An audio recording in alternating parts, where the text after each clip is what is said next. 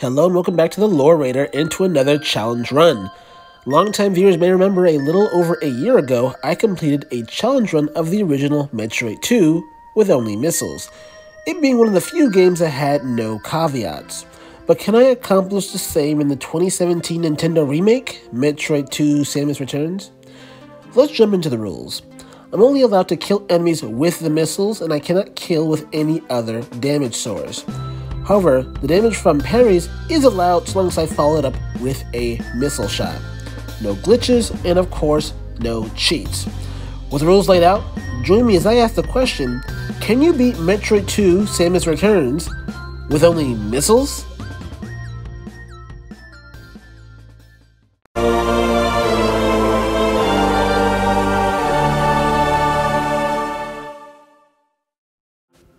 This game is broken into 9 different areas, ranging from areas 1 to 8, and the surface, which is the start of the game, where we are. Immediately, we can just ignore most of the beginner enemies as we quickly rush through the level. You see, at this early point in the game, we want to conserve our limited missile supply. And speaking of, we find this red missile refill station, which will be critical to prevent us from running out of missiles, which will be a problem later in the run, you'll see. We discover the Morph Ball, discover the pathetic fate of the Federation team sent before us. Seriously, who thought sending the cops was the right choice in this situation? Then we grab a few upgrades, and in no time we find the Chozo lock mechanism. This mechanism only unlocks once we clear out all the Metroids in an area. The surface, of course, as a tutorial level, only has a single Metroid for us to hunt down. Eventually, we track it down and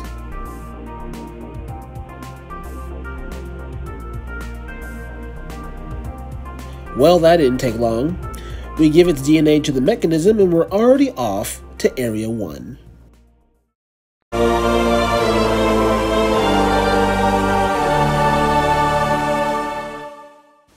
Now for the first real area of the game.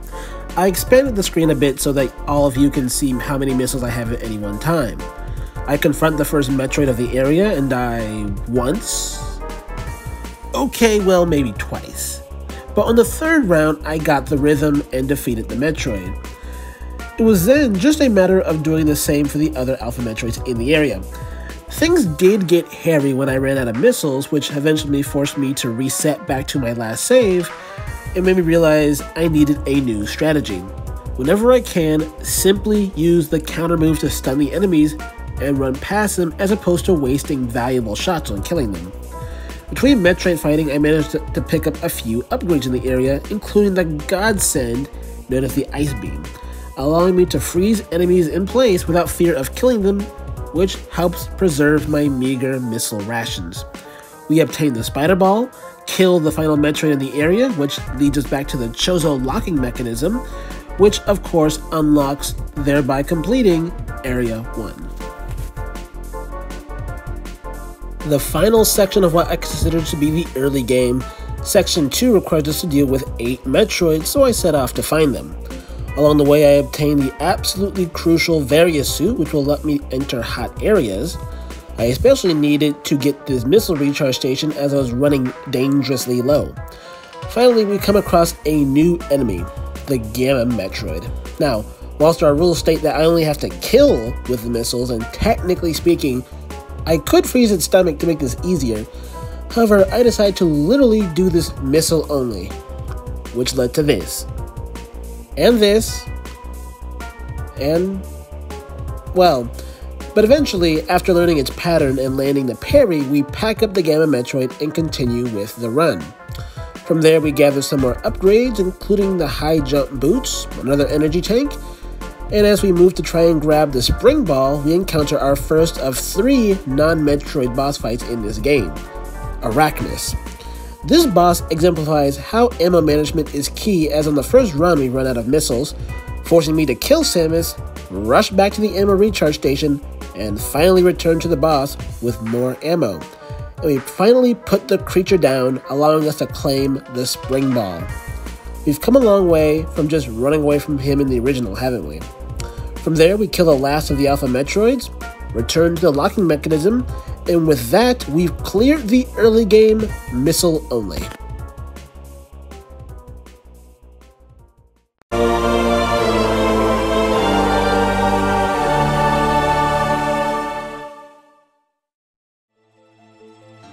Next up, we have the first of the mid-game areas, Area 3. This time we have to find a whopping 10 Metroids in the area. While the increase in the number of Gamma Metroids is concerning, and we are introduced to the worst Metroid mechanic of all time, at least in 2D games, that being the Gamma Metroids running away, I learned a crucial detail that changed the run. If you're in a pinch during this run, use your missiles to grind these bug spawners until you're back to comfortable levels. This saves a ton of time traveling back to recharge stations. Along the way, we encounter these trees which you do have to shoot down, they're immune to missiles, but I refuse to count obstacles against me, so we move along. I eventually defeat the Gamma here, alongside a few Alphas, and inevitably secure the Grapple Beam, as well as another much needed energy tank. I finally head into the nest ridden with fire-covered Metroids, and as ever, the real problem in this area is the consumption of ammo. I finish off the Metroids, head back to the chosen mechanism, and we drop off the DNA as we move on to Area 4. When we arrive at the lock, it claims Samus only needs to kill one single Metroid, so not so bad. We grab ourselves the Spazer Beam to unlock some doors later, and spend time playing our favorite game, hide and seek with the goddamn Gamma Metroid who just loves running away. But eventually we do exterminate our little green friend and return it to the mechanism to find that we need to hunt more Metroids. Well, as we're about to get on our way, we find a broken item statue, and an old construction robot known as the Diggernaut decides to give us chase. We get past the first section of the chase on our first try. On the second section, I missed the grapple block and die miserably. And then right after my controller died on the restart, so I died to that. But eventually, we lose the mechanical menace, and for our trouble, he is so kind enough to leave us the space jump, and soon after, on our own, we got the super missiles. However, despite killing another Gamma with relative ease, our troubles have only just begun as we confront the first Zeta Metroid of the run. Zetas can't fly, but they're far more agile and use devastating ranged attacks. This shakeup got me killed several times, and once I even got this weird glitch to happen. I've never had this happen before, nor do not know how I even caused it. Regardless, eventually we do overcome the reptilian menace, and shockingly, the final Metroid of the area is a mere Alpha Metroid, and as you'd expect, we finish off this area and the final Metroid, return to the mechanism, and get the hell out of here.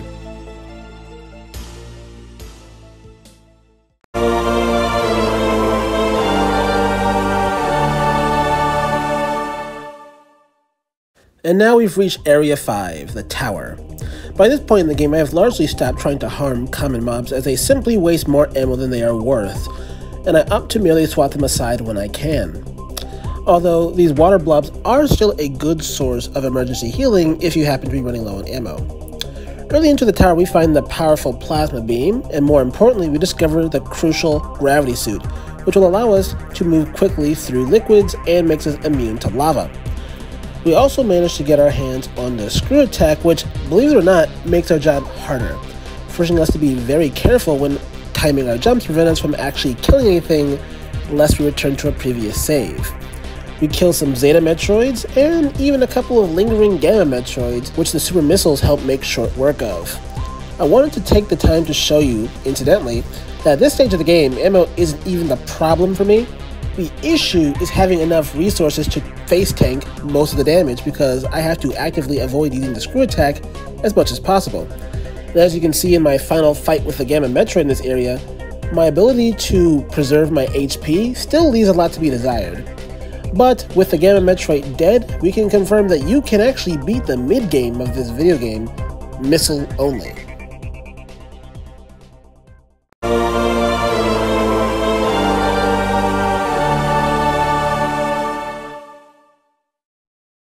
Now we're at the true endgame, and I'll lump Area 6, the caves, and Area 7, the Metroid Hive, into a singular section. The caves only contain two Metroids, a Zeta Metroid that is, whilst troublesome, we've seen its like before. The other, however, is the big daddy of the Metroid species, the Omega Metroid. It may be lumbering, but it hits like a truck and takes a lot of punishment. Whilst technically the rocks it causes to fall are not living things, on the third attempt I decided to do it truly missile only, shooting the rocks with missiles instead of beams. coupled with respecting the Omega's space and keeping the pressure on, we finally defeat the behemoth and can move along. Oh, and just to hammer home how hard it is to just get past the mobs, I get back to the mechanism with 7 health. Finally, to round off this area, we have our final confrontation with the Diggernaut, and I'm gonna be honest with you, this is where the run dies. Sure, you can harm it initially with the missiles to the face, and you can destroy the purple orbs with missiles as well, but you need bombs in order to harm its arms, you need bombs to damage it during its suction attack, and you need to bomb his faceplate to actually win the fight. So there is at least one mandatory section that requires missiles, but let's see how far we can keep it at only one. Next up is the Metroid Hive, which is full of 3 dangerous Omega Metroids. The first 2 Omega Metroids are more of the same, and I've gotten better at respecting their space and dodging their attacks, so they go down with ease. The Super Omega presented only a slight bit more challenge, and for the first time in a while, I was worried about running out of missiles. But even then, he goes down and clearing the way for the Queen Metroid.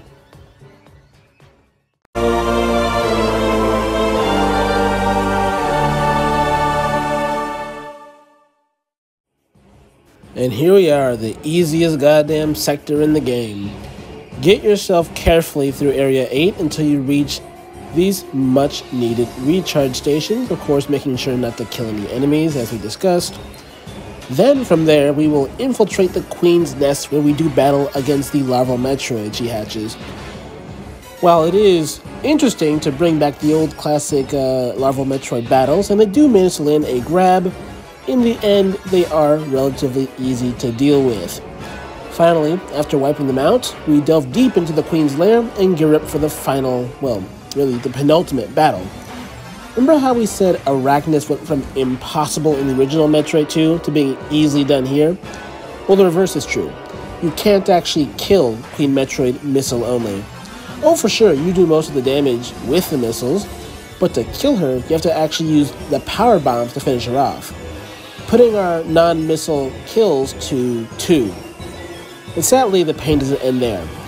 Whilst we do meet and spare Baby the Metroid, getting out of the area uses literally all of our shielding, only for us to get another sucker punch, as Ridley literally cannot be harmed with normal missiles and must be defeated with beams.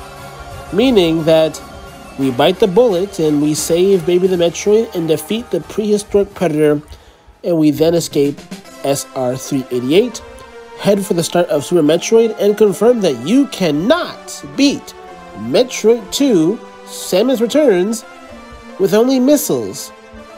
Our 3 failures coming from the last 3 bosses: Diggernaut, Queen Metroid, and Proteus Ridley. Honestly, this was a terrible run. Oh no, I'm proud that we were successful for 99% of it, and the Metroid fights are easily doable, but I cannot understate how terrible it is dealing with these damage sponge enemies. But if I did have to give a positive word for the experience, it did give me a slight bit more appreciation for the game. Please remember to like, share, and subscribe, and please check out more of my challenge runs if you enjoyed.